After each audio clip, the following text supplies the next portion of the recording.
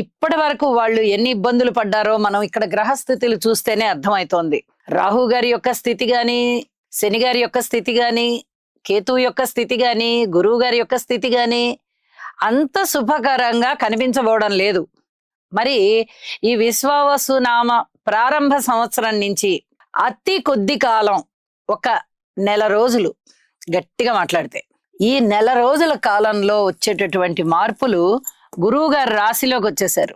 అలాగే రాహు గారి యొక్క సంచారము నవమ స్థానంలోకి వెళ్ళిపోయి కేతువు గారి యొక్క సంచారము తృతీయ స్థానంలోకి వచ్చింది. ఇక గురుకేతువుల బలము ఎంత అద్భుతంగా ఉంది అంటే అంత అద్భుతంగా ఉంది. ఇంకొక విషయం కూడా మనం చెప్పుకోవాలి.